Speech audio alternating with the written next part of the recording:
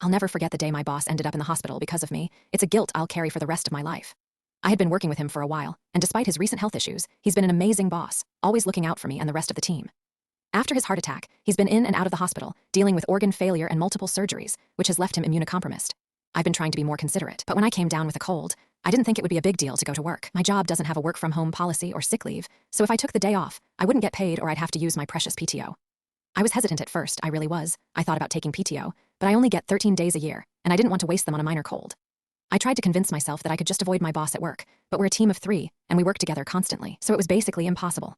I look back now and think about how stupid that decision was, how selfish. I was putting my own financial concerns over my boss's health, and that's not something I'm proud of. As the days went by, I could see my boss getting sicker and sicker, and I knew I was the one who had given him my cold.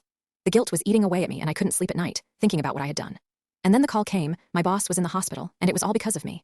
I felt like I'd been punched in the gut, like all the air had been sucked out of me. I couldn't believe what I'd done, and I couldn't forgive myself. My boss's family was furious with me, and they had every right to be. They told me that I was irresponsible and reckless, and that my actions could have serious consequences. I knew they were right, and that just made me feel even worse. But then something inside me clicked, and I realized that I wasn't just going to sit back and take the blame, I was going to make it right.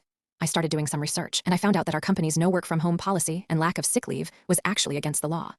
I gathered all the evidence I needed, and I scheduled a meeting with HR. I walked into that meeting room and I presented my case. I showed them all the proof, and I told them about my boss's condition.